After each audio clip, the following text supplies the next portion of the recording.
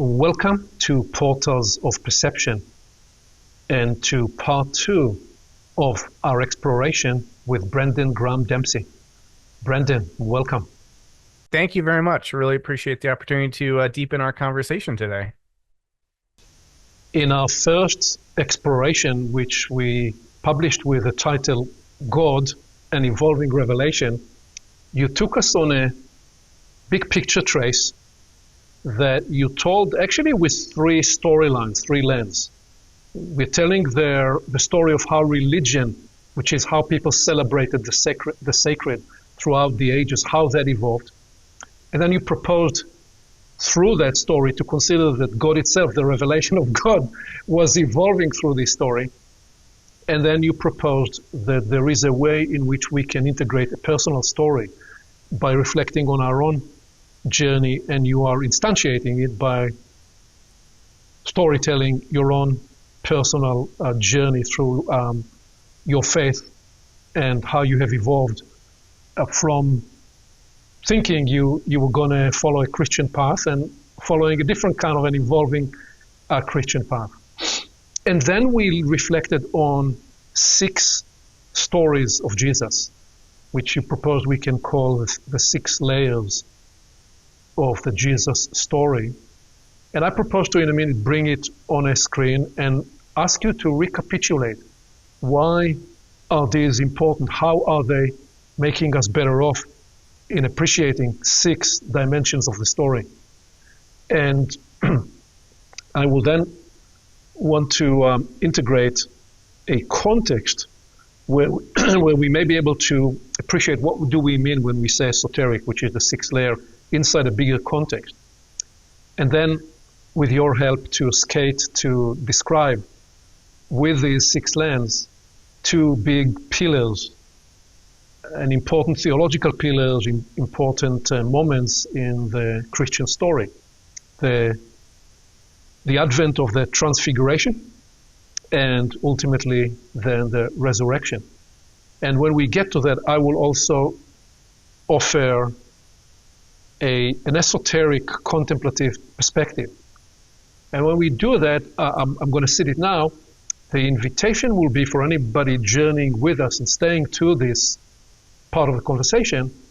Listen to this not through the lens of do you agree or can you immediately assimilate it to your framework, but more listen to this through the lens of what does it feel like when you look at the world through these lenses?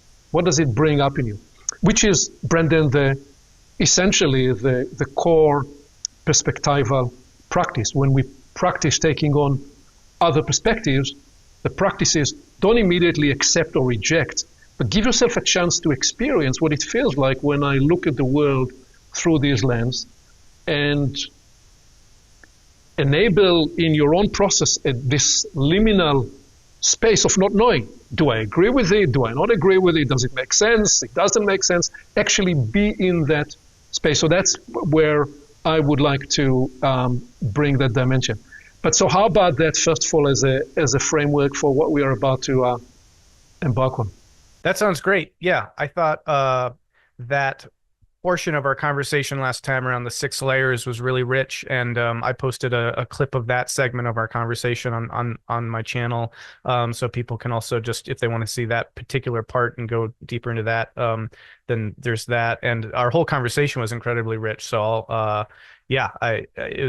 think what we both agree would be really important next is, to deepen into that questioning of the esoteric aspect and what is that layer, what does it mean? And I guess I'll just reiterate real quickly that towards the end of our last conversation, I basically recognized or owned or put on the table that this is a layer for me that that I'm interested to put the perspective on, see through that lens. But there's also a lot about kind of ways of doing the esoteric move that I can also find either problematic or there are issues that need to be negotiated with that. So I'm really looking forward to talking to you and being sort of guided through this topic. And so because I think that it's really important to be able to explore what's there, what's not, and see what deepening into a kind of Christian esotericism could look like in a really metamodern,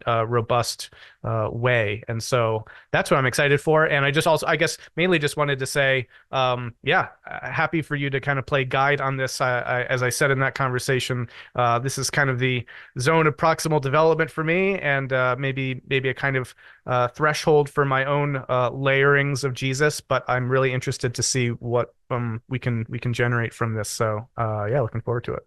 Wonderful. The one other sentiment and orientation that emerged in our first conversation, which I feel is important to bring into today, and I think we both resonated with, was this idea of, can we contemplate religion today in this, which you are developing through metamodern lens? Can we do so by looking to transform or evolve from a backward-looking religion to a forward-looking religion? What would that mean? How would we do that, and what would be the value of that? And so, in that sense, let me bring this on screen and give you a chance to begin to sow. So these were the 6 stories, and you proposed reordering those, which I appreciated. And so, yeah, the historic, the literal, the cultural, or the ethos story, the parable, the archetypal, and the esoteric. How would you recapitulate these?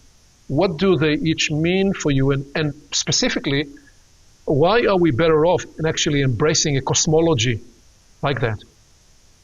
Yeah, so this is a really interesting idea. You know, a lot of my thought has been developing very much along the lines of layers over the past few years, and I think that that's a really important way of approaching the pluralism that we encounter, because there are these different options available to us, but then how do we relate them? So being able to coordinate and relate the different perspectives seems to be a really key move to getting us into the metamodern, out of that kind of just postmodern relativism of plurality. So that's, I think, kind of the move to make. And then the question is, yeah, how do we coordinate? And so I suggested in our conversation that we put those layers or levels that you described on a kind of axis, beginning with the historic and then, leading through the literal, cultural, and then all the way to the esoteric.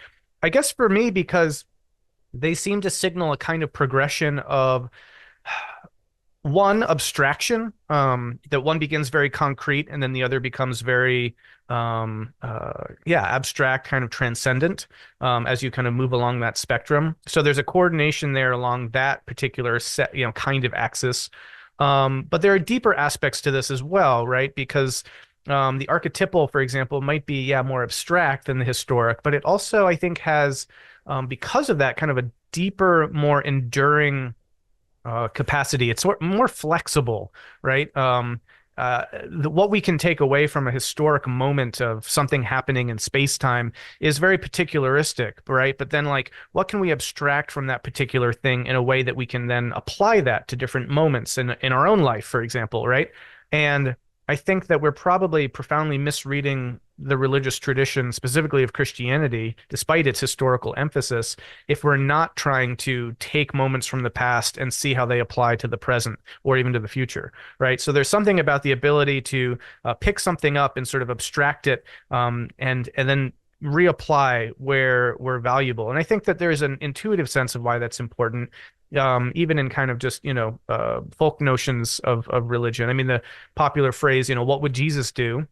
That was popular when I was growing up was sort of part of this. There's a sense of how do we take something from the Christian story that's not just about what happened then. It's somehow either always happening or it's somehow happening in our life. It's somehow not yet happened, right? There's a way in which the story is bigger than the actual historical events. So I think as we move through or down in this case, these layers, we're getting more abstract. We're getting more. We're increasing the broadness of applicability to widening layers or widening levels, I should say.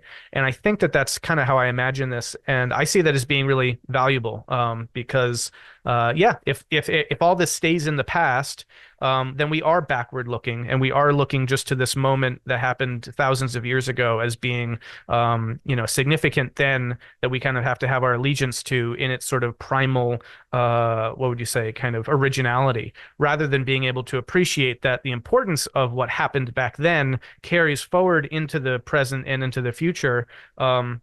And can be reimagined and expanded in scope. And I think that that to me is really where religion, spirituality become really potent, is in the ability to do that. And I think that by contrast, where they stay in the past and where they stay about the more particular historical context, they lose that potency. And in some cases can actually not just lose their potency, but can actually be undermined in a way that I think actually limits us and limits religion's importance in our lives. So the ability to make that more abstract, more applicable, to me seems really key. And I think that layering like this really helps think of it in those terms.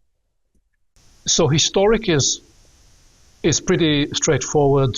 It talks about whatever we can track in real history. The literal could also be called the scriptural. Essentially, what do we find in the scriptures? But what would you say in your mind to differentiate between cultural, the parable, and the archetypal, just to frame these in a way that will help people integrate these with distinctions? Yeah, so maybe, yeah, that would just be real quick to give a sense of how I'm thinking about that. Yeah, as you say, the historic is just as best we could imagine what happened in space-time, in that particular area, and what just physically moved through the world, you could say. And when we think about history, what we're trying to capture there with the historical lens is about what did or didn't happen, the kind of fact element. So that's that level. But then the literal already starts to expand upon that. That is where you get more into the scriptural, right?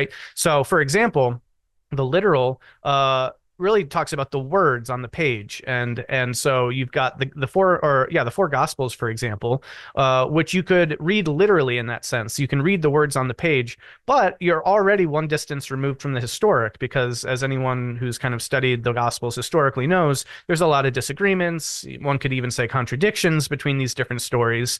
And so even just reading the gospels, you're not getting the history per se, you're getting a story. So that's one layer of remove, but it's also one layer of sort of abstraction deeper, right? And so, the story of Jesus in the Gospel of John is a different kind of story than in the Gospel of Mark, and there's depth there, and there's something you can really sink into at like the story level. So I think that that's really important, and I can say more about that. But specifically, what you asked in terms of the cultural ethos, the parable, and the archetypal, again, kind of expanding that further. The cultural then is sort of like how those stories have been encoded or enmeshed or enshrined as part of a larger social gestalt. Like when you grow up in Christendom, right? When you grow up in the legacy of Christianity, let's just say more broadly, you're interfacing with the ways in which that story has been put into stone in the cathedrals, how it's been put into music in,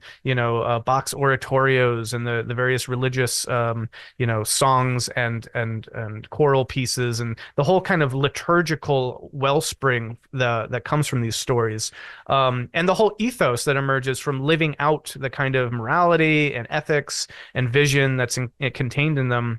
That's how I would think of sort of the cultural ethos part, is sort of like that that bubble that you're in, that is informed at its kind of deepest roots by the Christian story, which again kind of goes back to whatever happened in history, but it's that level of kind of deepening into it, and then the parable level, I think, is even more abstract than that, because at the cultural level, we're still at sort of like material reality. We're still dealing with walking into buildings and interacting with people in particular ways, and it has its own kind of particularity in that sense, which is a very rich particularity, but it's still kind of a daily kind of lived experience.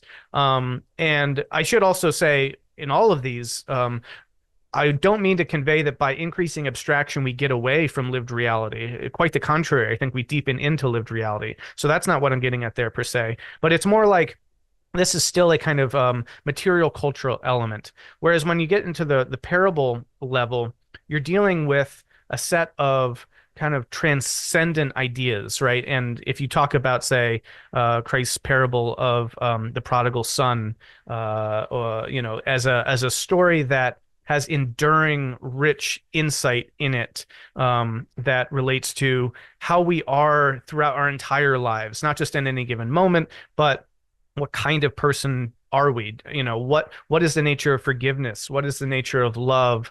There's an insight and a wisdom to the parables of Jesus, but also to the parable of Jesus, you could say, that is really rich. And I think already kind of talking in those terms, the parable of Jesus gets us into the archetypal, which is sort of that deeper level still, which is, not just the stories and the parables and all that, but like what the whole message, the whole system of resonances and images and vibes and associations.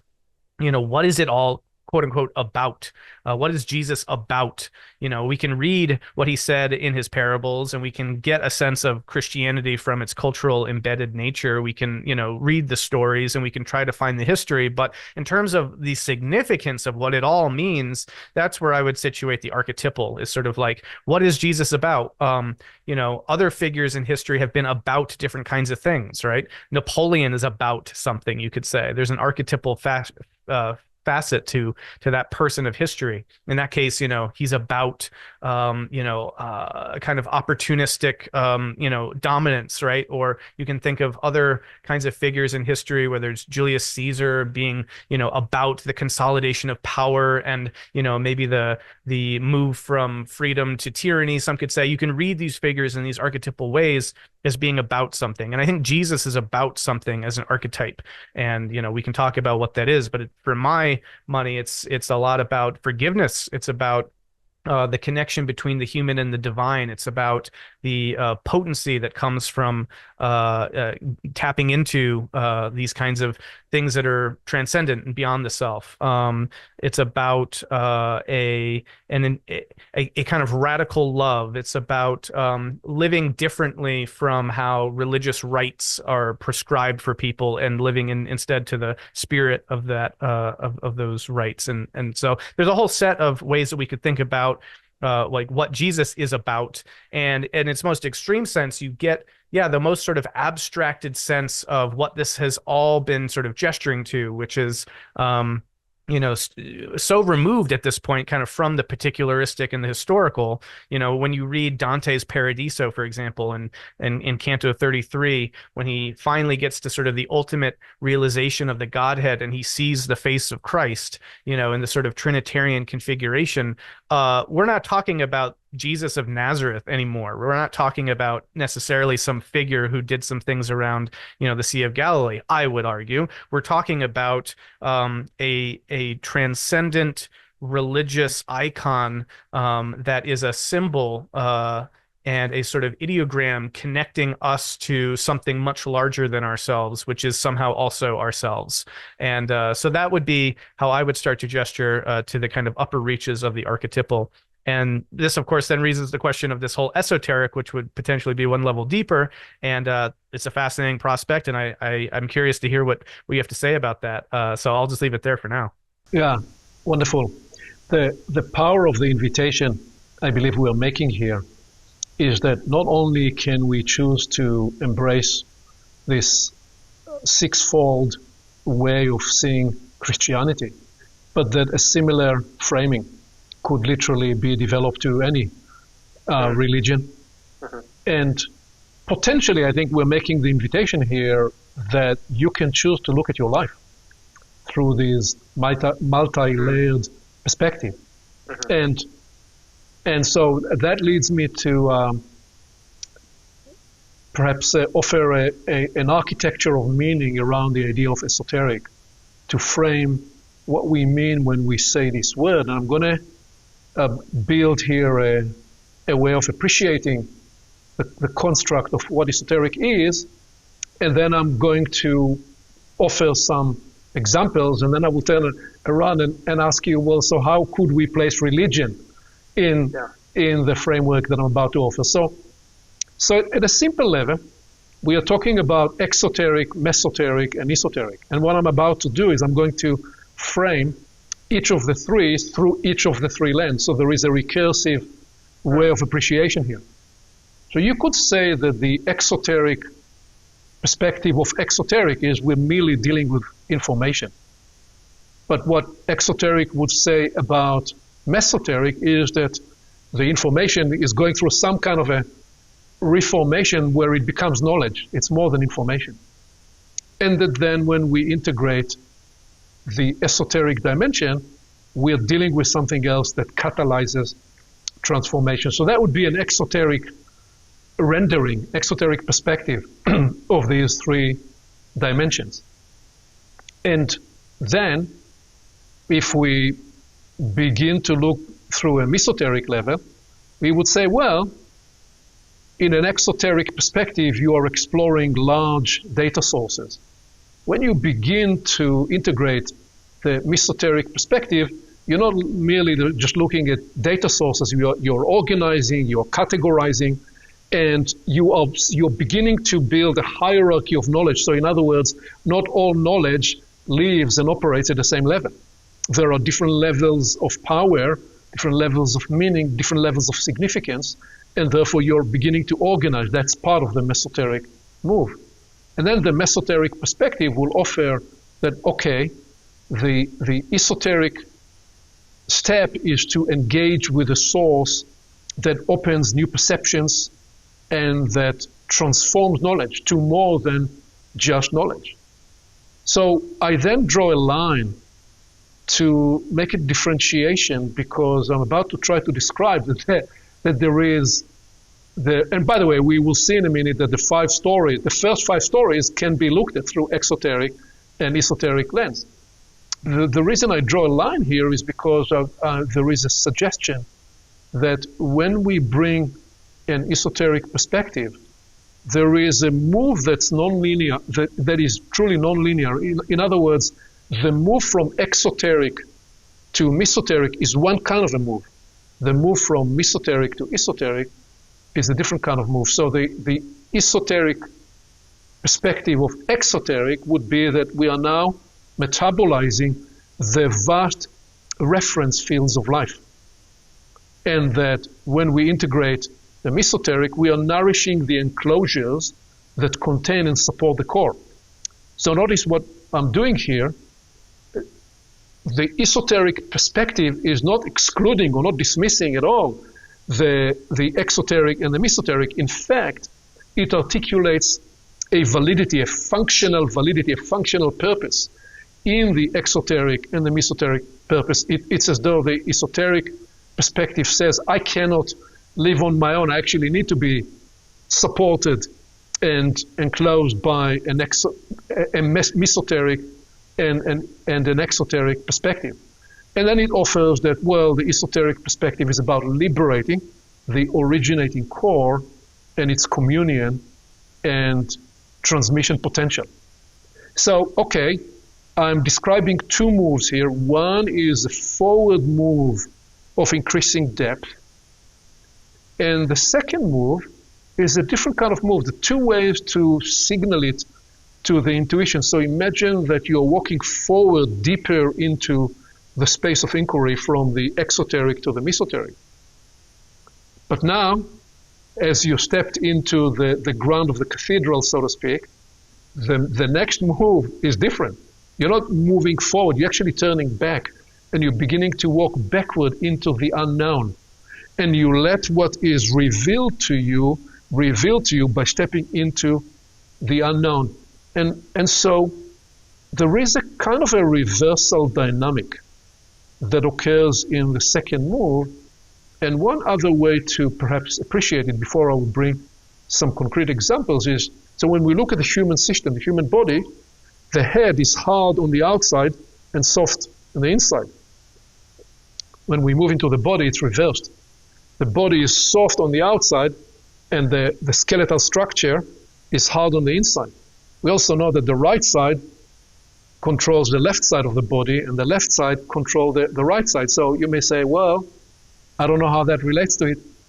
I don't know that it must relate, but it's a way to begin to consider that when we move through octave shift, and if you consider that the human body has three parts at a higher, big picture, metaphoric level, there is the neck and above, a higher octave, there is the whole area of the torso, and there is the lower part. What it says is that it's a bit like an exoteric, mesoteric, esoteric, where there is a reversal of some kind of an octave of how that dynamic operates. So now everything I have on the slide, you could say is an exoteric rendering, because I just named, I haven't yet made the move to bring it to life into more of an embodied experience. But let me just pause here before I bring some examples to see what this brings up for you. In anything you'd like to say about this way of looking at the world? Yeah, no, I'll be quick because I'm keen to hear the examples to try to make that move, so we can work on it at that level. But I will just say, one thing that comes up for me here, which does resonate, is certainly this notion of supporting the core and this idea of a core. And you talked about the kind of inner sanctuary of the cathedral, so to speak, right? That there's some imagery, I would say archetypal imagery, right? That gestures towards what you're talking about, that I can translate into the archetypal in a way that lands very powerfully for me. And also, I mean, even just etymologically, there's a sense of what do we mean by exo, meso, eso, right? There's a sense of concentric circles here, that like the exo is the outside, the meso is the middle, and the eso is in the inside. So there's a sense of moving towards a center or a core. And I think that this is a very powerful image. It works at many, many levels. And I think that when we think about the spiritual life and wisdom from this lens, there is an invitation there of thinking in these terms, so that we move from, more kind of the superficial, the outside, the skin, the surface of this sphere or orb or, circle, and we move into the inner parts where things deepen. And of course, our language kind of supports this entire way of thinking in terms of, depth and surface and all this. And then there's that sense of the inner sanctum, the Holy of Holies, the sanctum sanctorum of that deep insight at the core of things, which archetypally, again, you could find modeled in that image of the Empyrean or the mandala or the celestial hierarchy, these sorts of things, which are symbols, archetypal symbols, which are very important to me. So anyway, I just wanted to name all that, so that when I think about all this stuff, there is this moving there. And what I'm liking too about what you're getting at here is that there is an expanding scope and specificity and complexity to the kind of quote unquote information processing going on here, right? Of moving from just information to large data sources to vast reference fields of life. There's an expansion there, which is an interesting kind of reverse metaphor for the same movement, which is a deepening, right? So I like all that. All that tracks with my own notions of this archetypal sphere of concentric circles being a complexification process. And those, for example, who know integral theory, and know his sort of Ken Wilber's sort of holarchy model, I think is a good way into that. So I just wanted to name some of those archetypal reference points for me and some of that imagery, and then say that at this point, then I become curious, right? You've already sort of gestured to some ways that this becomes moves out of the conceptual and more into the embodied. And that's at the moment precisely at which, for me, a lot of this breaks down. So I'm curious to hear what you bring in, and just briefly to that point, right? The head and the different parts of the body and these sorts of things, the right brain, left brain, like whether or not we view those phenomena through an esoteric lens as gesturing to some sort of transcendent reality, or whether we view them as largely contingent phenomena that's sort of the result of evolution and these sorts of things, is a big part of this for me. And rather than see contingency and evolution as being meaningless, I do see them as very meaningful and profound, but I'm always wary of overreading them, right? Of seeing patterns where they don't exist, and of sort of anthropomorphically or anthropocentrically sort of projecting our own experience onto the transcendent. That's always where I become a bit anxious around conversations of the esoteric. So that all said, this is precisely what I hope to unpack a bit and be challenged by as well. So I'd love to hear you go on and talk more about the examples you have in mind for this. Yeah, so I'm about to bring 4 examples to instantiate it in a living experience. but just still staying with your offering there. There is also the dimension that even in the various conversations we've had with you and with Layman Pascal, when you are describing the experiences you are creating in the Metamodern Spirituality Lab, you can also look at an experience design through these lens, because you're literally designing moments in the experience that are more exoteric, more mesoteric, and more esoteric, and we would want to, in any living experience, go through these different layers as we anyway do in everyday living. So hopefully so. I hear you bringing along that skeptical tension, which is great, and I would again invite that part of this is actually not needing to decide right away whether you agree with something. And so let me bring now a couple of examples. Okay, so what better than beginning with love? So let's talk about love at these three levels. Well, the exoteric usage of the word love is people say, I love a chocolate ice cream, and somebody else will say, well, I love strawberry ice cream. So we're using there the word love in a completely exoteric context. It's more consumption-based. It's more what gives me a moment of pleasure. It's what I enjoy. But when we talk about love in the context that becomes mesoteric, I begin to recognize that I love what I do well. Now, this is where it becomes a feedback loop. I do something well, and I fall in love with that because I'm doing well. And the more I develop the mastery, the prowess of what I do, the more I love actually the results I get. So for me, at age 14, it was about long distance running. I loved getting to the pain threshold, and I appreciated very much that I became the Israeli long distance running champion at age 14. There was something that I could excel at. Then I was trained as a fighter pilot, and it was all about doing dogfighting in the air and this practice, and could I do that well? And then in the last 2-3 decades, I loved the work I got to do with senior leadership teams, because the mastery of that enabled me to produce great impact. And it wasn't just a gratification that I got paid very well and that they told me I've created for them experiences they couldn't experience anywhere else.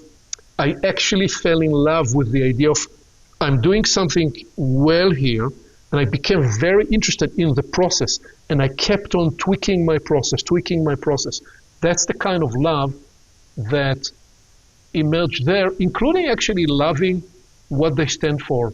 People can talk about senior executives in large corporations and say this is the root of all evil in the world. But when you actually work with people who are struggling every day to get up in the morning and make the better decisions and support what they're trying to do in a more intelligent way, there is tremendous compassion and appreciation that actually evolved in my journey with that. But then I recognize that there is a whole other level of love that I experience in what I would describe as what I devotionally serve, where I find a sense of purpose, where there is more a sense of love that is merging with a sense of purpose. Maybe if we are not afraid to use this word, with a sense of calling. It's the kind of a sense that I partly what drew me to your work, because when you were describing your journey and how you were metabolizing and going through your own metamorphosis, there was a sense in that of falling in love with your journey in a whole new way. And for me, that resonates with, okay, there is another layer. Now, why the reversal? Because in the first one, it's totally about what gives me pleasure in the moment. In the mesoteric, it's about what I do that is exhilarating for me. And really in the esoteric, it's I love something for what it is. even if I wasn't there. It's my wife sending me a little on the WhatsApp, a little moment with two grandkids, and I rejoice in that without me needing to be involved in the picture. I just love the fact of it. I love them for what they are. So there is a deeper sense of love that I experience in that. And if I'm to couple it with one more example, then I'll let you make a comment. Well, let's go to marriage. Okay, so marriage at the first exoteric level is about ensuring survival and continuance by providing for each other. I still remember, although it was some 43 years ago, when we went, my wife and I, to visit her parents, to tell them that we were going to get married. And I saw her father's eyes looking at me, and he didn't say it, but I could read the question in his eyes. It was, well, will you take care of her? Will you provide? Because especially that was a generation that came from, escaped Europe, escaped the Holocaust, participated in war after war. Marriage was us against the rest of the world. How can we provide for each other? How can we help us just survive and produce the continuation of the species, so to speak? So that is something quite impersonal. And in that sense, I'd propose an exoteric perspective. Well, as we grew up into our youth and through our life, we discovered that we came to a phase shift that rose with this sense of modernity and then post-modernity, where marriage became all about how do we bring each other joy and love and happiness by encouraging, by pleasing, by supporting each other. So it became, instead of us against the rest of the world, it became more about, well, how do we, sometimes it's one against each other, but sometimes it's about one inspiring, pleasing, enjoying each other. So very different kind of a contract, if you like, in that marriage. But here we are, we've been together, my wife and I, for 44 years. And at some point you realize that these two continue to be forever important, but that actually there is a need to add another dimension. So I'd say that today it's more about, well, it's not more, it's yes and. There is a transcend and include, transcend and integrate. And there is a togethering that we seek to cultivate that serves life, and serves life by producing, creating greater freedom for each other, and ultimately looking to liberate possibilities for everyone around us.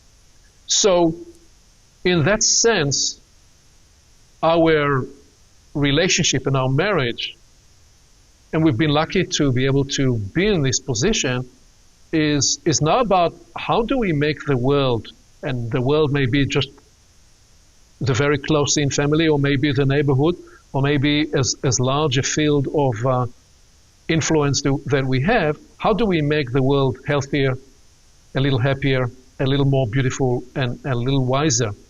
And there is a sense in that it doesn't dismiss or exclude the first two layers, but it actually brings a glow and an inner well-being into those earlier dimensions. So that's the way I would first try to bring to life the sense of not actually just conceptual ideas of exoteric, mesoteric, and esoteric, but a way to live with that. Let me pause here and tell me what it brings up for you, and how would you play jazz with that? Well, no, I mean, this is something that I 100% agree with, and no problem here at all. I mean, it's interesting to apply the labels exoteric, mesoteric, esoteric to it, because these sorts of unfolding, deepening layers are what I see as the natural result of development, and it's a big part of the work that I do, and a lot, meaning the work that I write about and the work that I follow.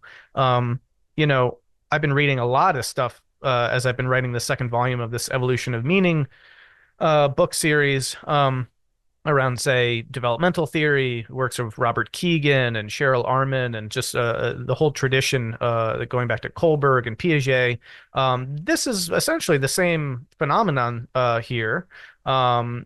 there's a sense of actually deepening abstraction in the way that we were talking about earlier, which if that sounds heady, it's not necessarily heady. And Keegan makes a good point about this, right? Like, but there is a process in which for me to be able to say, be in love with the world or the ecosystem or, the biosphere or humanity, that's a very abstract concept that, like a young child can't grasp, right? So we actually do need to be able to recursively complexify our minds to be able to relate to a widening sphere of concern. And that's a developmental process, and it's a complexification process.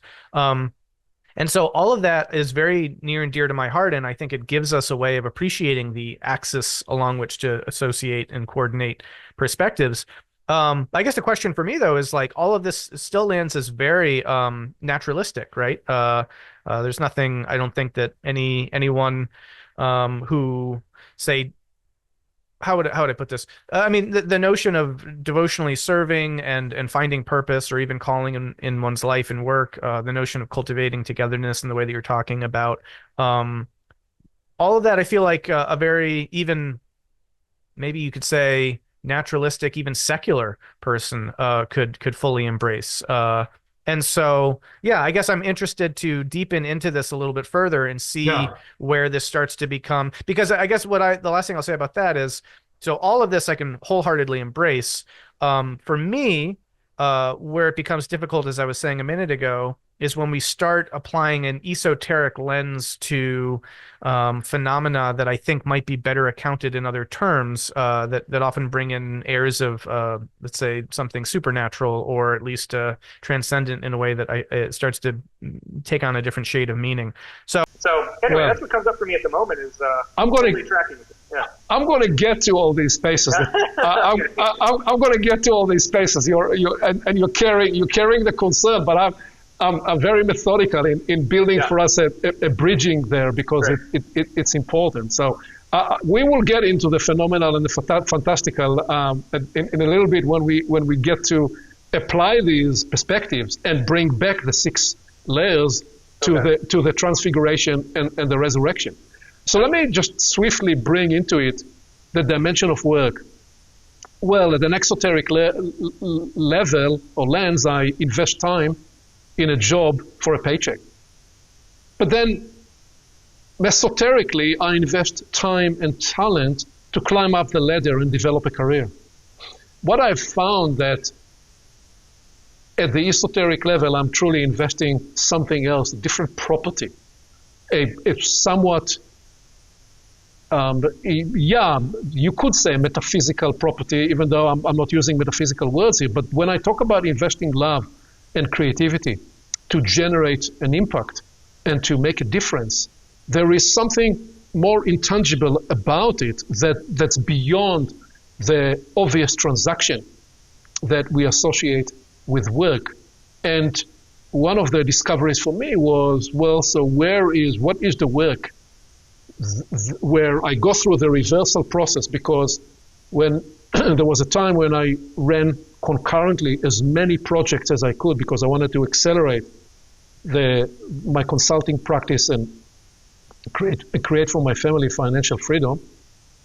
And I discovered that one of the rules there was do the least amount of work necessary to get the job done and provide your differentiating value. That's the principle of scaling. To scale, you need to do the least amount of work necessary. And then I discovered that actually in the esoteric, what I call esoteric work, I needed to reverse the rule. I needed to engage with a different principle, which was do the unnecessary work. And do the unnecessary work is where you do the development work, where you do the introspection work, where you take the extra mile, because you're actually recognizing that you're not just trying to get yourself to be perfect. It's not about that. But you're in a way sculpting or refining or taking your mastery, which was a mesoteric thing, to make it as ready as can be so it can become a tool for something else to work through you. And that for me is where we begin to nudge into what you are carefully coming along for a journey with me about the phenomenology of the esoteric. And so here is where we're getting closer belief, because I will then ask you, so how would you map religion at these three dimensions? Okay, so belief. I believe when I was 5, when I was 6, when I was 7, I believed what my parents told me, because the mechanics of life is that your parents are your gods at the beginning, because they literally, well, they give you life. And they provide for everything you need. If you were lucky to be born into a normal, supportive condition. But I remember then, even age 7, perhaps even 6, 7, 8, certainly 8 and 9, that something didn't make sense, and I was a bit of a sensitive kid, and I just sensed that there was a split world. There was what people said, and there was what I experienced that more often than not didn't match what people said and what people actually demonstrated in their actions, and how I've experienced that often there was a cognitive dissonance. And we're talking mostly about generation that was not doing interior work as perhaps people are doing today. So the interior dimension was just coming online. I sometimes describe it, the light was, initially the light, my parents' generation, the light was out in the balcony. And my generation is the generation that the light turned on inside. So because I experienced that contradiction in a powerful way, I realized that I couldn't believe and I couldn't trust most of the adults around me. There was a certain disillusionment. So I could only trust what I could actually see for sure, and what you could bring under the microscope. And that was part of my youth. But then, Brandon, there was something else that I could never settle, which was that I experienced what many people experience through their youth and earlier in life, extraordinary feelings, extraordinary experiences that just didn't match any structure of meaning, anything that was offered, anything that was part of the curricula and that I was learning about. And so I couldn't settle that. And so sometime into my early 20s, so we're talking 40 years ago, more than 40 years ago, I recognized, or I was introduced to this way of seeing the world, the exoteric, mesoteric, and esoteric. And I recognized that to the degree that I could, whatever I could learn to embody and install, I could believe. And to the degree that I was able to go through life and embrace this threefold lens, it freed up something in me. So I'm about to go into the other aspects that you keep nudging me to go into. But before I go there, let me ask you, what would you say to this? And is there anything you'd offer by way of appreciating religion through this threefold lens? Well, yeah, I mean, I will. So this is the point at which we move into this other domain as you're kind of describing. And I guess part of me, what I will just want to name what I'm sitting with a little bit is like, there's a sense in which I feel that the belief category here is a little bit qualitatively different from these other categories. There's a similar pattern, but I think that we always, I know, we would want to be careful to make sure that we're actually mapping the same phenomenon and not working with sort of superficial similarities. And so, I, again, like, believe what one's parents tells them, moving to believing what they themselves see. That's a very classic developmental move. You see that in the developmental literature. And then the esoteric is believing what one's able to embody and ensoul. Well, there's a lot that can mean, particularly the word ensoul. And so that's a question of like, well, what is that? What does that really mean? I feel like there are ways that even at the mesoteric level, one can believe things that aren't necessarily just, empiricist in nature, right? So what we're talking about, what do we believe to be true? And when we talk about how do we have knowledge about things, this opens up a whole philosophical category of how can we know things and what can we know? And to just move from, sort of an authoritative, I believe what people tell me, to I believe only what I can see under the microscope. There are many other spheres where mesoteric individual level knowledge can emerge that can also be, well, I believe what I have direct experience of, or I believe what can be sort of causally convincing to me, these sorts of things. So anyway, I just wanted to mention that. But and similarly, I think that we really want to unpack this esoteric notion of belief more to have a sense of what that looks like. But as for religion, yeah, I mean, the kind of classic unfolding here would be I show up to the temple, to the church, to the mosque, whatever it is, and I do the particular ritual, the kind of superficial behavior, right? It's a sort of like more absolutistic, legalistic approach of like, I'm supposed to do particular things, and so I do them, and I'm supposed to believe particular things, and so I believe them, or at least I say that I believe them. There's the enunciation of the creed, and there's the saying, I believe these propositional things about my faith and all that. That I would put in the kind of classic exoteric category. A very kind of conventional religiosity. The mesoteric is where I think that things do become more internal and internalized, more abstract, more conceptual and symbolic.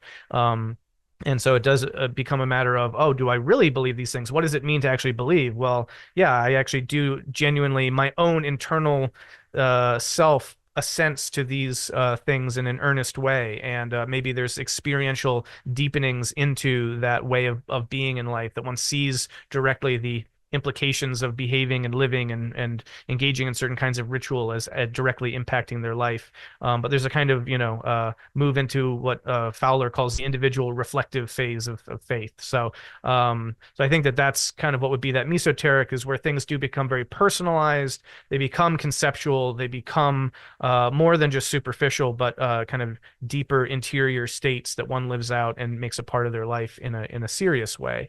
And then at the esoteric, and this is kind of the question for me still, if we just wanted to deepen into a kind of complexification or developmental framing of the esoteric, then I think we're talking about things like being able to basically, let's say, relate to mystery as such, be able to deepen into meditative and contemplative states where one approaches direct experience of the divine.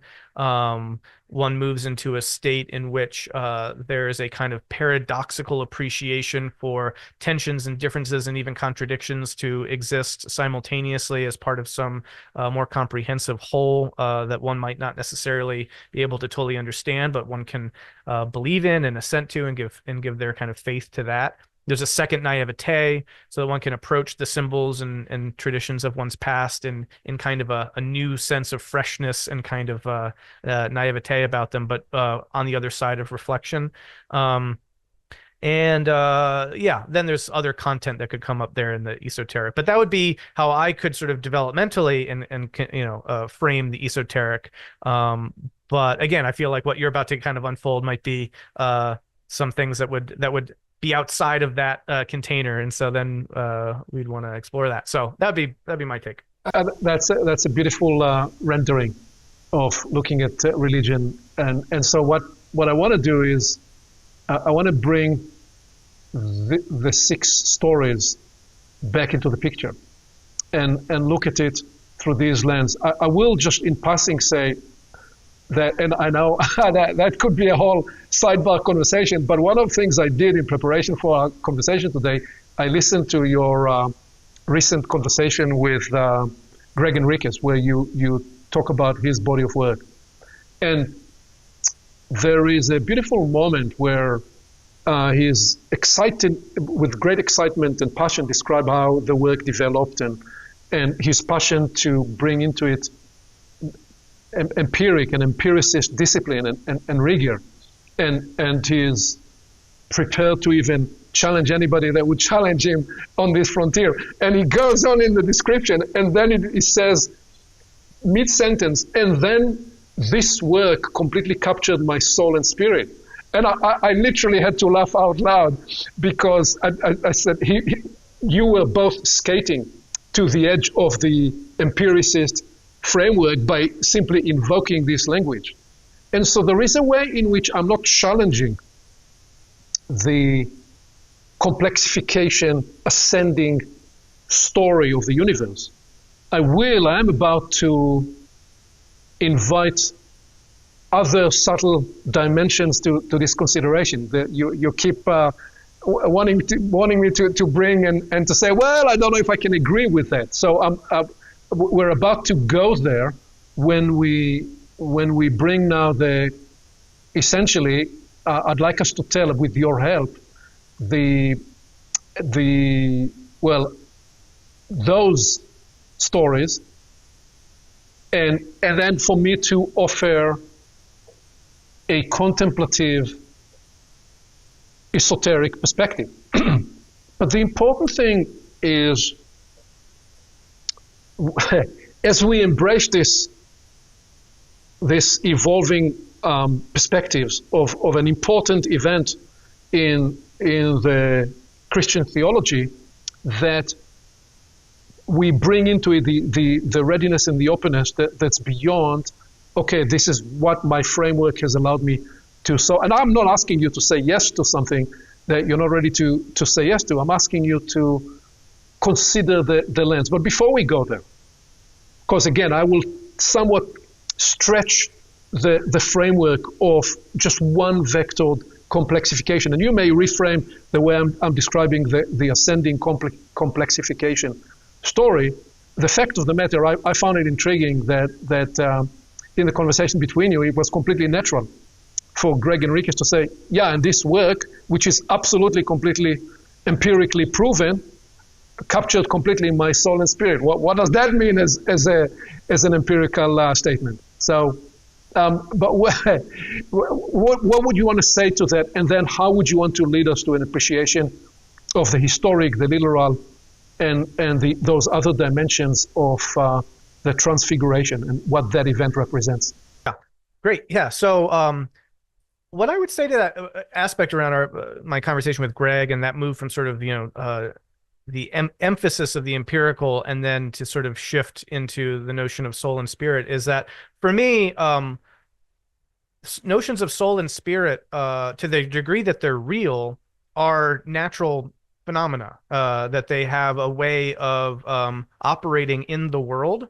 Otherwise, we wouldn't experience them and they wouldn't be real. So when Greg talks about soul and spirit, I know that he's not referring to kind of ancient pre-modern notions of soul and spirit as sort of an immaterial, disembodied, ethereal, quintessence that, animates the human body and then at death kind of ascends into, the heaven. That's not what he means by that. He means the term in the sense of this excites me. It makes me passionate. It consumes my life with a sense of orienting meaning and purpose. It gets me excited. And all of that I frame very comfortably for myself anyway in naturalistic terms. Like, for example, in my book series to talk about what is meaningful information and the move towards viability and flourishing and all of that. And that is not to discount the importance of language around soul and spirit. It's just merely to contextualize them within a broader, more complex framework that can actually try to situate them in the sort of world that we live in, which is one that is ruled by cause and effect, right? So for me, where I always jump off the bandwagon is the point at which cause and effect kind of break down or get thrown out of the window, where people say, well, don't worry about that.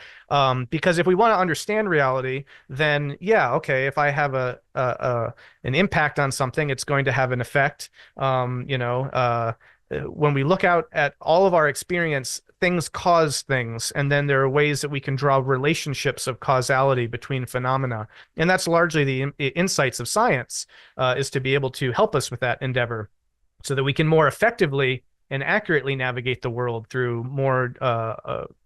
through a deeper understanding of those cause-effect relationships.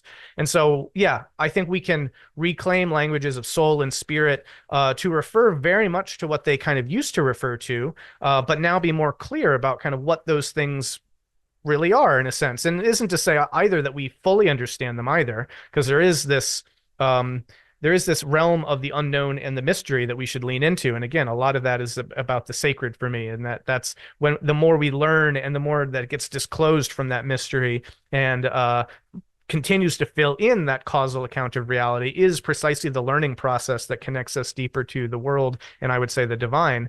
But I guess just to sum that up, right, I think that that there is by naturalism a sense that there's a cause-effect nature to reality. And if we can better grasp that, then we're in better relationship to reality. And I think we can reclaim notions of soul and spirit in that way. Precisely where things become problematic for me is when we start drawing connections that might either again, not consider those cause-effect structures or might actually directly contradict them. And then I want to say, well, what do we mean by that? Anyway, I have a lot more thoughts on that, but that's just on that front. Yeah. Well, so I think I'm making here an editorial decision. We are staying with this a little longer, and we may actually land this as part one and immediately pick up and do part two and go into what we promised, the transfiguration and the resurrection. But so the two challenges in this, which is if you are committed to that perspective intellectually, then how would you allow yourself to travel to experience the possibility of other perspectives? I'll just put this on the side as an invitation, not as a challenge, as an invitation. The other element in this, Brendan, is so trying to negotiate through logic there is a way in which what you're describing is a naturalistic perspective that feels like you're smuggling the materialist or the physicalist view of the universe, where you purely describe, and correct me if you mean this differently, but there is an assertion then that what you associate with consciousness, what you associate with soul, what you associate with spirit, would be a phenomenology of an emergent property that purely is a byproduct of the complexification of life. And to me, I have the capacity to come along with that view and actually to hold another view, and the esoteric view will say, that's ludicrous. That's really preposterous, because what you would be saying is the house I'm living in, the house you're living in, built itself. That is, by metaphor, when we know that actually you needed to have 3 dimensions to build a house. I needed to have, well, there is the house that was being built, there were the contractors that built the house, and there was the blueprint through which they were building the house. So now, I think, I'm guessing what you will tell me is that as life evolved, there is a distributed open source know-how that evolves with life that enables all living organs to download the operating system that life develops such that they are able to make leaps in the complexification process. You may describe it differently, but to me, I would, while I'm holding that complexification ascending vector, I will propose that there is another dimension that comes along with it. That I'm concerned that if we are committed to a materialistic, physicalist view of the universe, we live out part of not just what is sacred, but part of what enables this profound emergence that we recognize in what the creative impulse of life is. And I will go and then I'll let you respond to that. I will go as far as saying, when you write and you weave these ideas, and there are moments in your work and in your writing where you know that you are building on ideas that others developed before you, but there is a moment where you feel that you are able to emerge to some unique combination, a unique formulation, unique articulation, and you're experiencing that not just as the thrill of your mind quivering with new ideas, but there is actually a phenomenology that accompanies that exhilaration that is more than the biochemistry of your brain. So for me, the invitation here is to recognize that there are realms that we are about to try to integrate that go beyond the mind and consciousness purely residing in the biochemistry of the brain, and that actually there is an esoteric appreciation about what human life is, why we humans are showing up to life in this planetary theater, and that there is an esoteric perspective of that in the bigger context of the evolutionary story of planets and humanity, that we ought to, at this point, find a way to integrate with a scientific perspective and hold them one next to the other in a way that will not resolve all our conflicts right away, will not put us in a position that we should claim that we ought to come up with scientific instruments to prove this. This is why I said, can we come along for the esoteric ride, not to prove it immediately in your scientific lens, but to see what it feels like when you are looking through this lens. So I said quite a bit there. What would you want to say to that? Yeah, no, you said a lot of things. So I feel like it's best to kind of take them each separately, independently, and this is really the meat for me. This is I'm glad we're having this conversation, because this is the exciting thing that I really want to explore and should be explored over and over again. We should have many conversations, you and I, me and other people. Like this is a huge conversation. And I think some of what you just brought up also speaks to the ways we can begin to speak past each other. And so I think it's important to just take each thing on its own terms. So the first place I'll start is that, an observation that, so I didn't say anything about materialism or physicalism or any of that. To begin my point, I just talked about causality, and we want to have a sense that there's a cause and effect nature of reality. And even in your response to the sense of what you thought I was saying, you drew on reasons and justifications to try to make your point. I mean, we wouldn't be engaged in dialogue, right, if we weren't. So I want to just get behind even the kinds of claims that might be made, just to get to the context of claim making, right? And what are the justified moves that go on in claim making, and what kinds of things do we do to try to bring in things like evidence or arguments, right? We're doing something because we're trying to show that this is a cohesive and meaningful and important way of seeing reality. So that is the level at which I want to focus first, because I want to try to make a couple of points that I think we could agree on at that level, which is that if we're trying to talk about ways of seeing reality, then we're also, I think, both committed to some notion of logic. And I'm not saying that, that what we need to do always is immediately get some information and then try to parse it scientifically and come up with some theorem about it and see if we can prove it empirically. That's not what I mean. But like, if you want to say, Brendan, you're not a human being, I would say, I don't understand what that means. I think maybe you mean something differently by that term. And you say, no, you're not a human being. So you're not a human being, but you are a human being. And then I would say that doesn't make any sense. And you could continue to speak, right? But at that point, you've said things that are not in my experience, that run against what my definitions of reality are. And then you've also contradicted yourself. I'm not saying you've done any of this. I'm saying that if one were to do this, then the very context in which conversation, dialogue, justification, the whole thing that we're doing, like if we engage in any of that, then the whole thing breaks down. So I think implicit to a conversation like the one we're having is the notion that we shouldn't contradict each other directly in our own statements, right? That there needs to be some coherence and integrity to thought. And you could call that logic, right? I can't say that A is not A and have you be like, yeah, you know what I mean? And it's like, no, that's not how that works. So I think we have to have some sense of a shared logic, some sense of what counts for, yeah, I can follow you on that. And we've been doing that this whole time because you've been laying out very systematically a particular vision, right? So if we weren't using logic, then none of that would be, admissible. The other thing, again, is sort of, we talked about non-contradiction. The other thing is evidence there, right? Some notion of, I'm going to make a claim, and then we're going to see what this rests on, why we find it justified to assert this.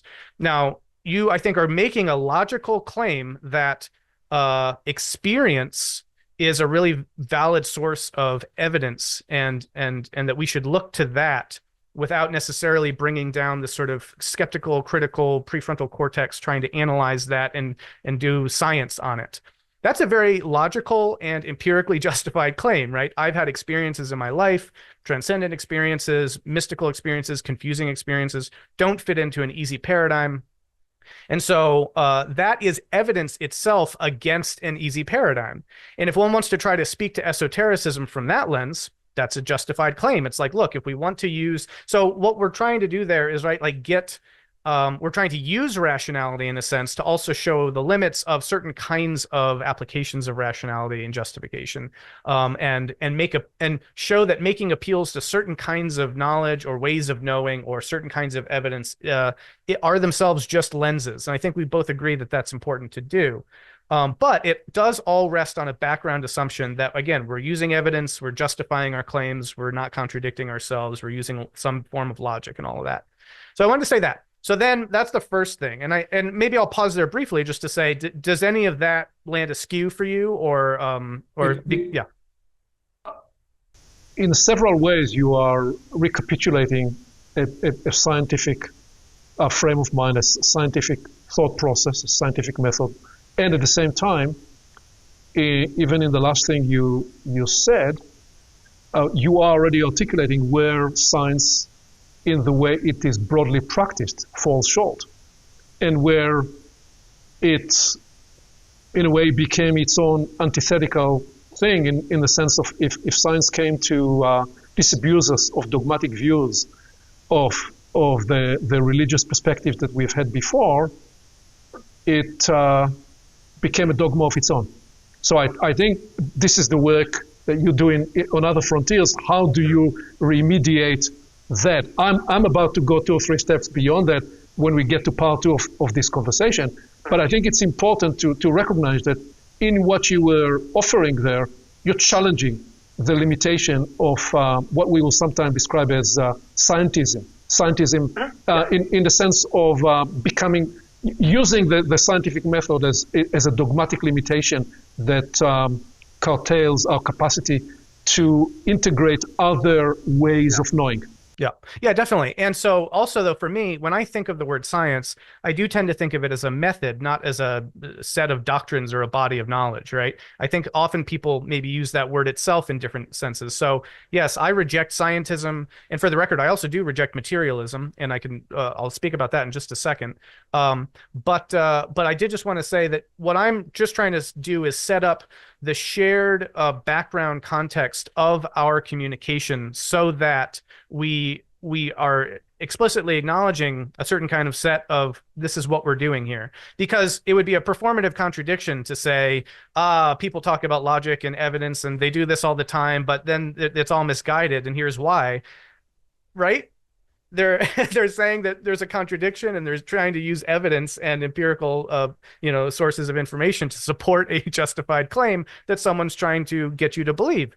And so like that is what we're doing. And that is not necessarily science, though science is a method of trying to do that in a particular way, and we should take that seriously, but we can also recognize where science falls short of that, right? Like, for example, I can meditate or we can do a guided meditation together, right? And then I could ask you, what was that? What happened for you? Like, this is what happened to me. We can compare notes, but that's not really science in the sense of like we're measuring, a phenomenon in the way that scientists would. So there are different sorts of evidence you could say we could draw on, and that doesn't make it scientific. It just means that we are trying to articulate reality. And reality, I'm talking about evidence of reality, but we could use a different term that's a little bit less scientifically loaded. Just, well, I don't know what a good synonym for that would be. Well, let me make two points there. I recognize that we've had one conversation and we launched into a part 2 within this part 1 conversation, which is fine.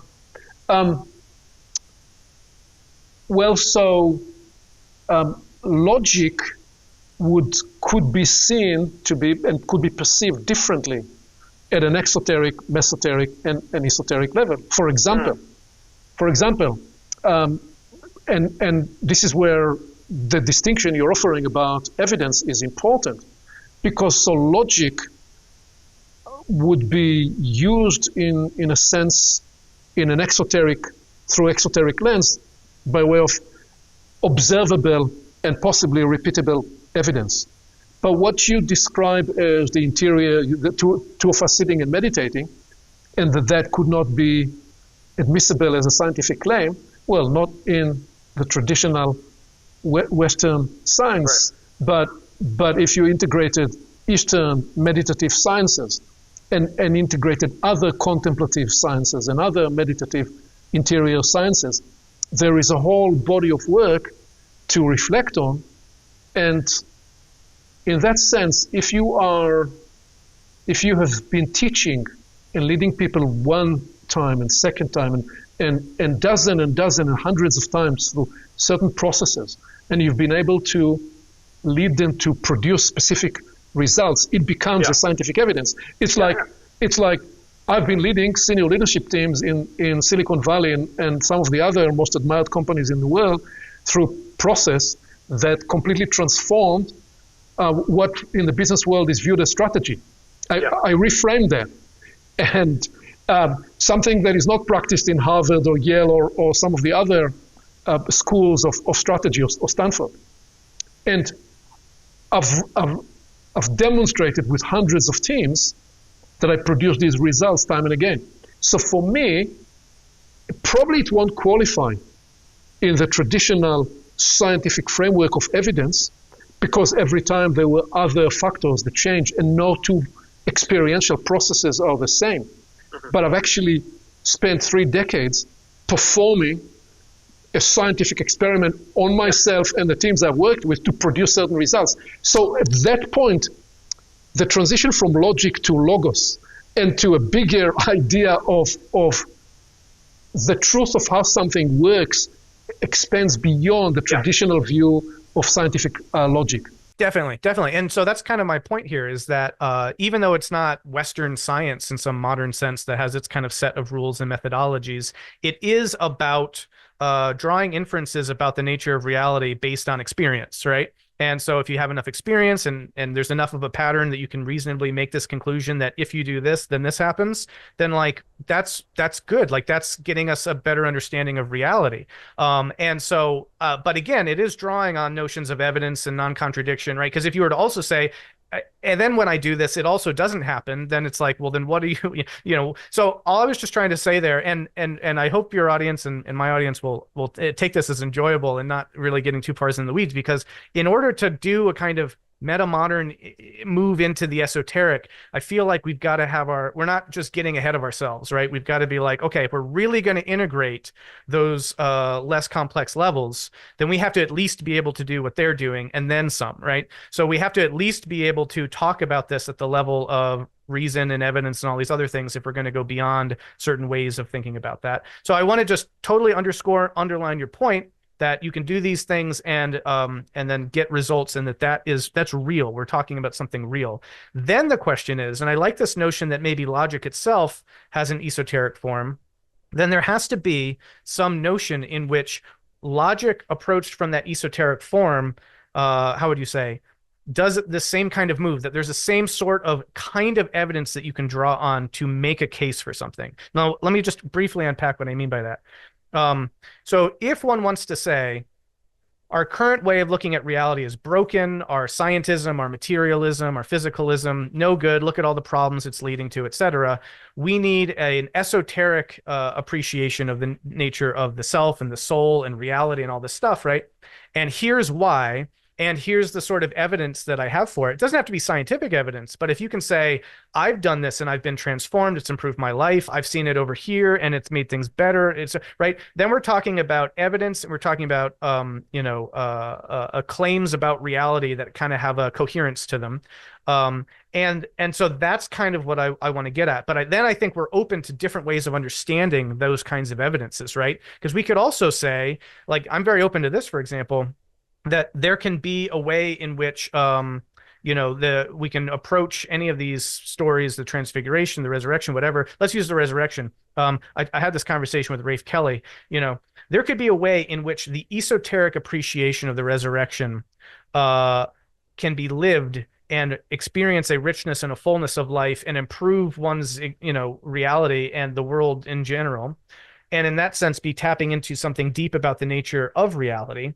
And it could be the case that maybe it never happened, but we can affect that in ourselves by means of our relation to it. I'm not saying either way whether I think that or not. I'm just saying that there are modes in which the esoteric can be engaged that could, in the sense that you're kind of talking about, have a different logic to them, but include other logics, but also kind of transcend them.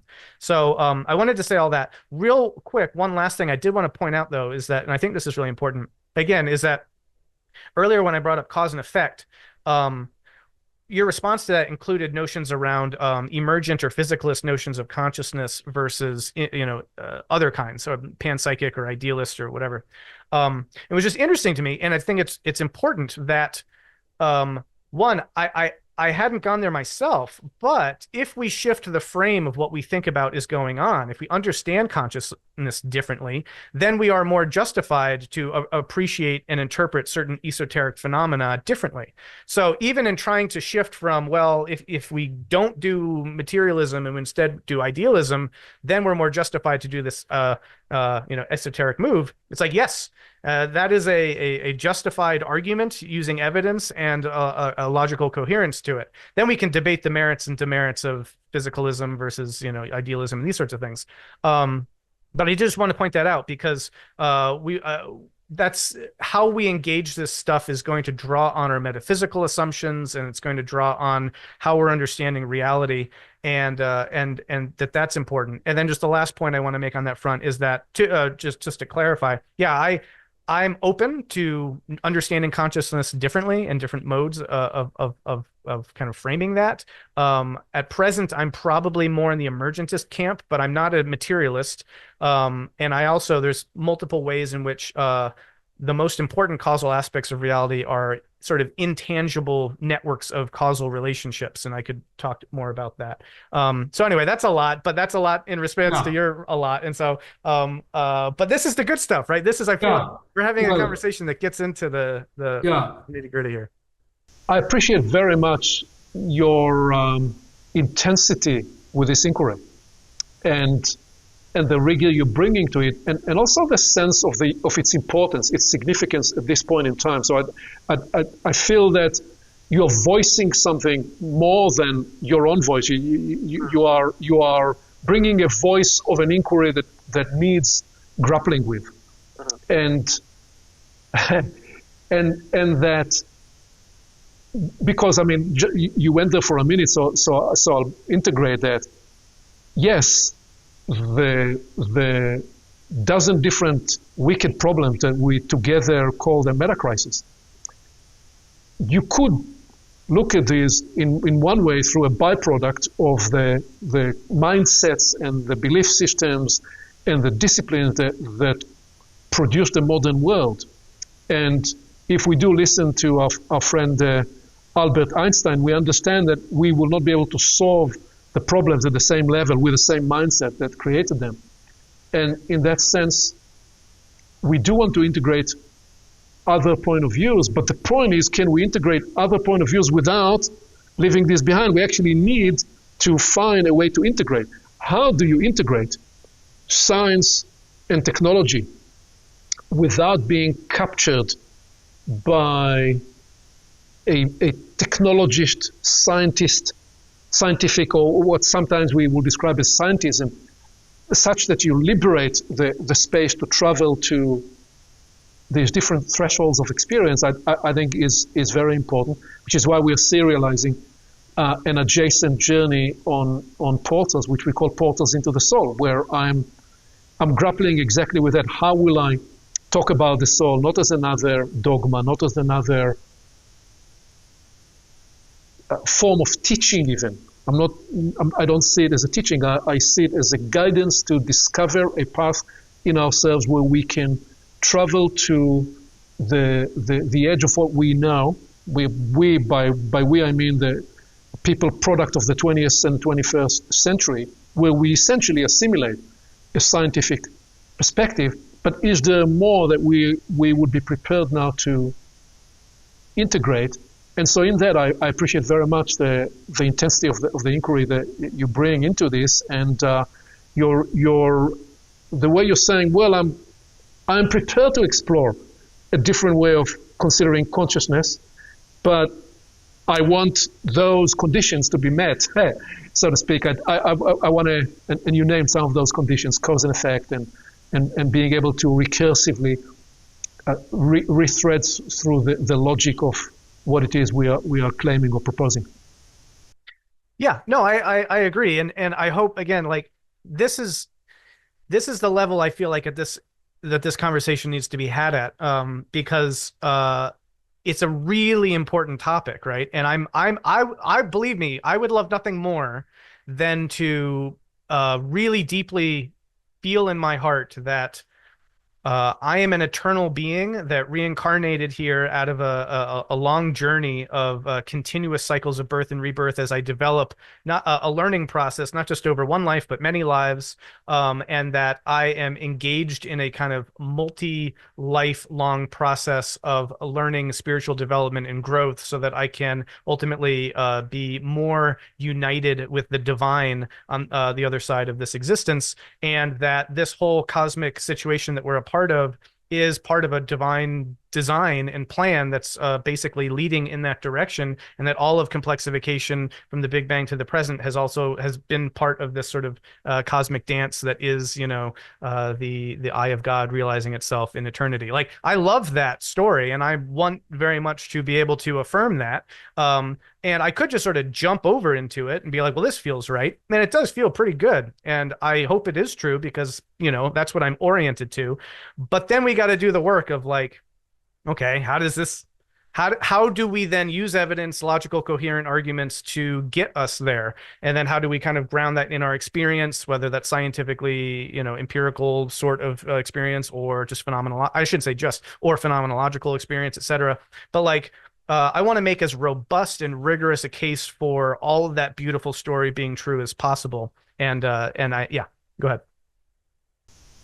I'm about to say two things, but let me just say that first, the last thing, because I'm about to ask you, well, would you like to see an experience or travel through a story that relieves you of reincarnation? You just said, I want to be able to embrace reincarnation, but some of the esoteric proposals that we can travel and open with the significance of Christ, Jesus Christ, and what that Advent represented, has about it an invitation that goes beyond reincarnation. And I'm perfectly happy to go there if you feel prepared to entertain that. But just before that, staying still with that insistence from you. So the problem is, the challenge is that it's a bit like you would say, I want to experience what's it like being in space, where you lose the sense of gravity and how you move, but I want to make sure that I bring into it the gravitational experience, the gravitational factors of Earth. Because which is why I'm saying you don't need to abandon the gravity of logic. But if you are going to travel to space, or if you were taken into the NASA simulator to experience what it is to be in a space without gravity, you'd have to, in a way, relinquish and let go of this is how I know the logic of experience to be, where I'm safely on the ground because there is a gravitational pull. There is a readiness to permit oneself to enter a space.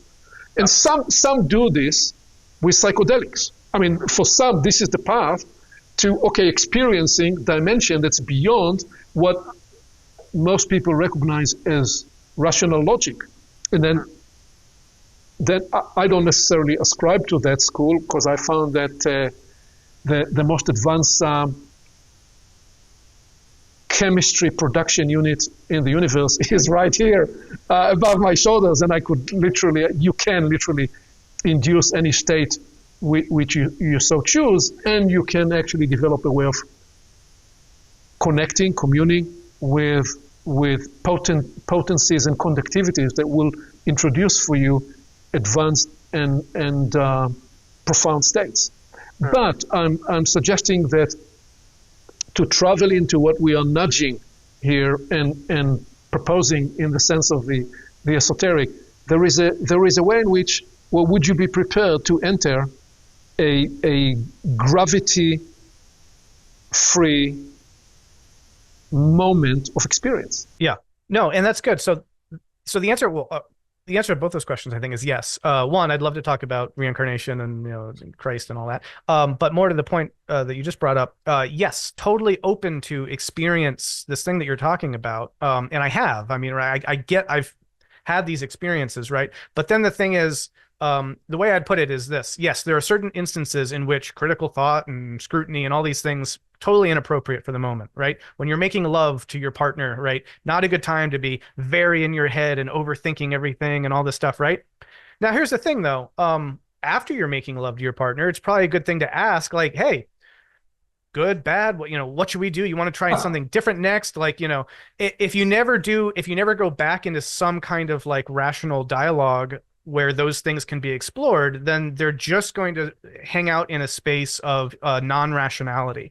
And that's point one, right? Because then let's say, actually, my partner wasn't enjoying the experience at all, but if we never talk about it, I'll never know. And I'll just keep thinking that I'm God in the bed or whatever, right? So those kinds of conversations are important. And when we apply those kinds of conversations to our spiritual experience, also important, because we want to make sure that we're not just deluding ourselves, right? Very possible for humans to delude themselves.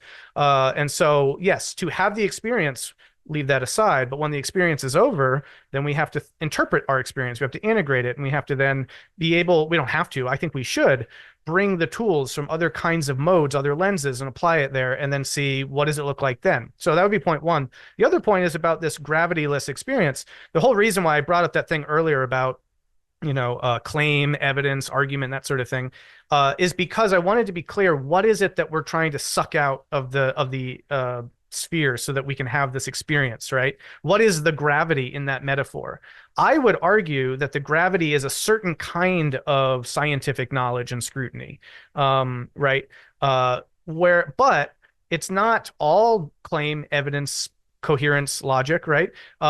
There is a profound logic and coherence that is felt in these peak experiences, right? And it might be of a different sort.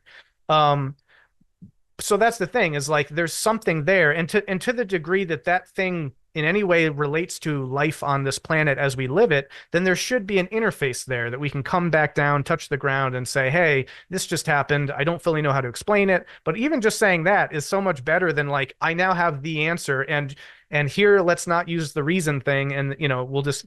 And so the last point I want to make too is that there's a really important check and balance system here, right? We all know how destructive and disastrous religion, spirituality can be when they're untethered to any kind of critical scrutiny. I grew up, I saw this. Many people know. It's not a case that really needs to be made. There are power abuses. There's just delusion. There's all sorts of things that can happen. It can go really wrong. I don't think the answer to that is some kind of always hard-nosed Dawkins-esque sort of rational scientism. That's not the answer, right? But we should be able to have our peak experiences and then be able to reflect on them and communicate about them and then say, hey, this just happened to me. Like, how do I make sense of this? What do you make of this, right? And I think that that's really vital. And so to the degree that we're talking about the esoteric, yes, it may be that to live it, one has to set that aside. But on the other side of that lived experience, and maybe coming down for a minute, then we can scrutinize it, and we should, to make sure that I'm not just saying I'm a giraffe and I'm floating in an etherverse of whatever, right? I can make a whole bunch of claims that if I just say, but no rationality allowed, please, because this is a great feeling for me, like that's not what we want to do. So we want to be able to toggle in and out of these different modes and be able to do this in the right way. So totally open to the experience, but also think we need to contextualize it and interpret it. And let's talk about Jesus and samsara. Well, so once again, I think you articulated a very important point. For more than one reason. But I would just first of all say that I was trained in the Israeli Air Force, and I started practicing dogfights with planes where you didn't have cameras. Sure. So we would come and go into the debrief room, and we would debrief, and everybody could tell stories. But then once you actually went with cameras, well, we could see on camera what happened, who was in what position. So the discipline of debrief, the discipline of rethreading is a very important point. In an article, an essay that I wrote a couple of years ago, that talked about the ensoulment journey, it described the point you come to communion and actually the criticality of when you retreat back from the peak experience, why it is so essential that we indeed engage in what you're describing as a rational or recursive or a debrief process, such that we can separate the real from the unreal, and as you said, very importantly, so that we can integrate and see what can we actually carry on. So that is critical. Can I make one quick? Sorry, I don't want to, but it's really. Go ahead. And within that, even though that there may be dimensions that we cannot fully reason from that peak experience, and we will leave them in the mystery box. Yeah. Well, I was just gonna say, I'm also very open to the notion that like the unreal in some cases can be a different kind of reality, right? Like, for example, if you came back in that debriefing room and there are no cameras there, you might have had a lived experience that you could integrate in a way of you learned something, that something came out in your life in that moment as you were doing that you're now able to be a better dogfighter, right?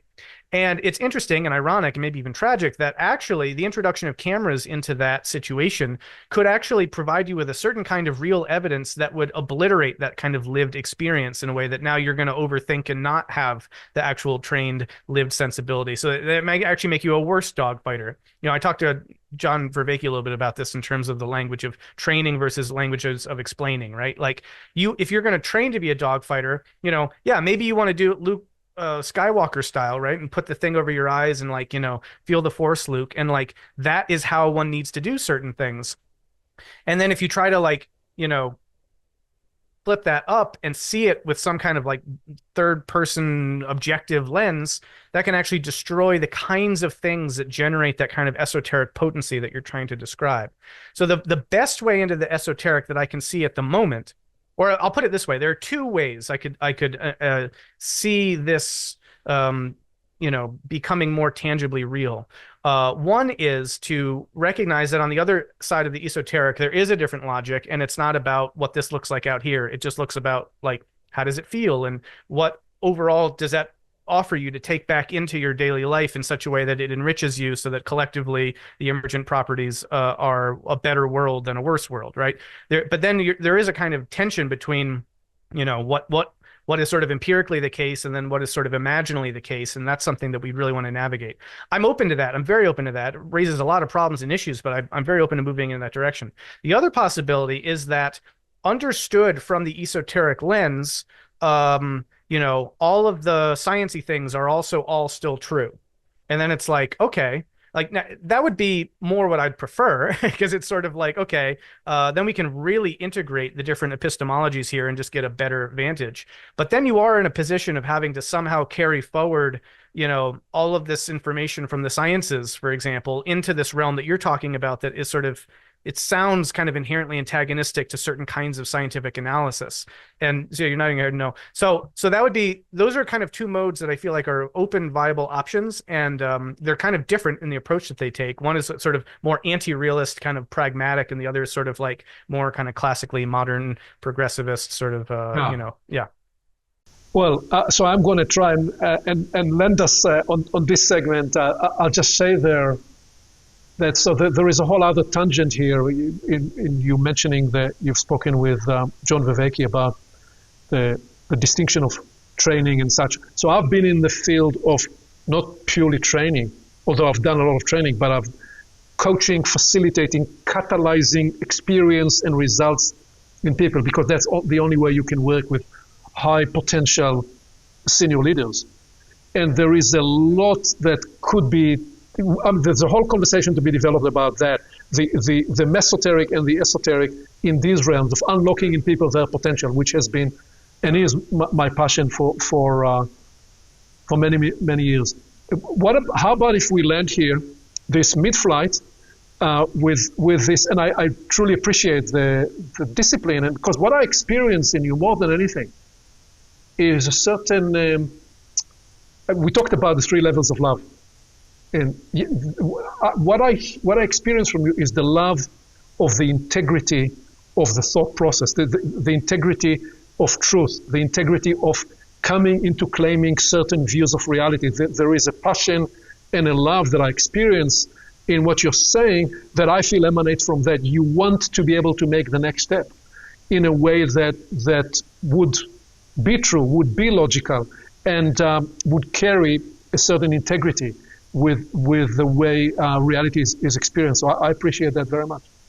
Well, thanks. Yeah, and I think that's a big part of it. I mean, I know that there's a tendency or a way of reading Brendan Dempsey and his approach to religion and spirituality, particularly from folks who see things slightly differently from me, that I'm just stuck in my head, that I'm just engaging in sort of the endless, philosophical debates that ultimately, cuts off connection to the divine and all this stuff, right?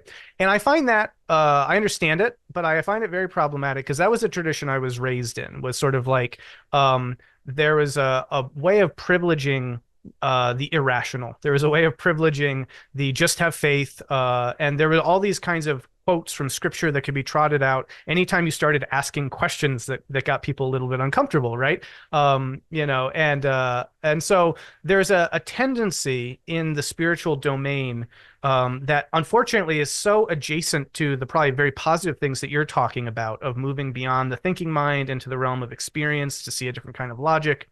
Great. But that way is very hard to disentangle from other modes of more kind of absolutistic thought that just want to confirm their own worldview and will basically alienate people who try to ask the tough questions. And so that, I think, has given me a kind of immune response to, I really do very much consider my life to be about moving into the sphere of value and meaning and the spirit and the soul and all of that. But I feel like I've seen the ways that that's been done very uncritically, and the kinds of bad things that occurs from that. And not just in my own life, but just collectively, right? If it were just my own life, I could say, oh, well, I had some bad experiences, but I can see how this actually functions over here, and that's great.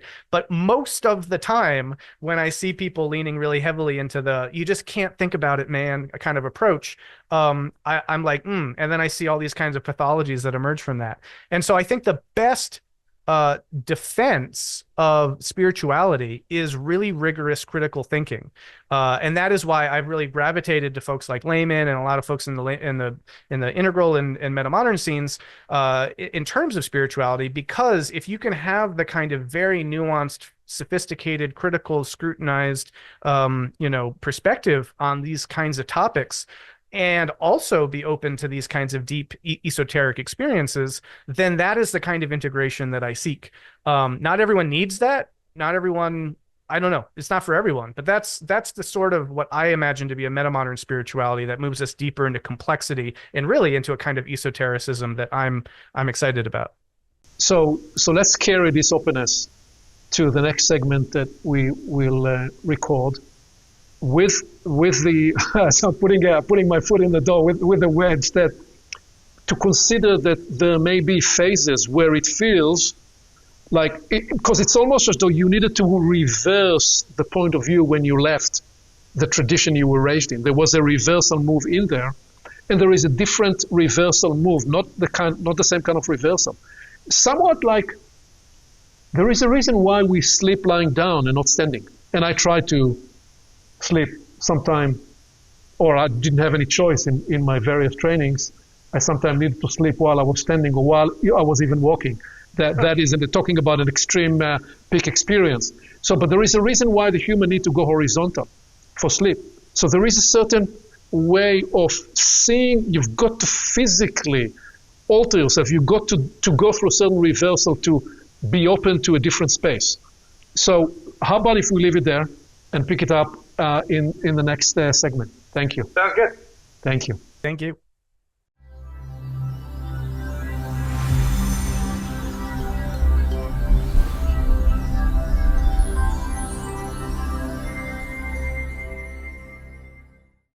Along with our website at portalsofperception.org, Portals is also available on YouTube and on all podcast platforms, as well as social media.